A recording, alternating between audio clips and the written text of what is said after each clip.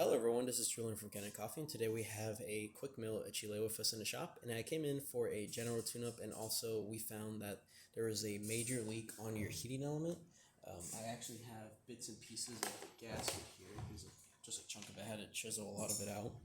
But what had happened is that it was leaking down the side of the boiler, dropping right on top of your relays and causing the machine to trip. And so we had to resolve that by removing the heating element and replacing the gasket.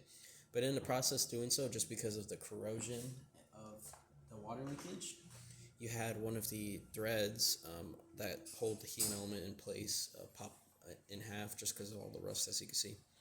So we also had to extract that thread out and replace it with a brand new one. And after that, we did a complete tune-up to the group head, replacing all three of the piston gaskets, re-lubricating the inside of there too, replacing the shower screen and also the portafilter gasket to keep that in place from leaking, and just a general cleaning of the machine as a whole.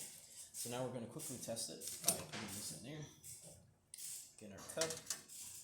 These machines, you do have to be careful using them, because this piston that's inside of the group head can do a lot of damage if you were to let it go. Just slow it up. There you go. Water should be pushing through that coffee. Depending on how much coffee and how fine it is, will depend on how much coffee comes out. We're just gonna let it run.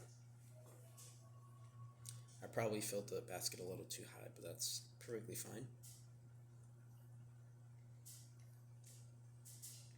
And as we do that, we're gonna test the steam on. Steaming nice and good. And of course, the hot water. And we're gonna let that shot run.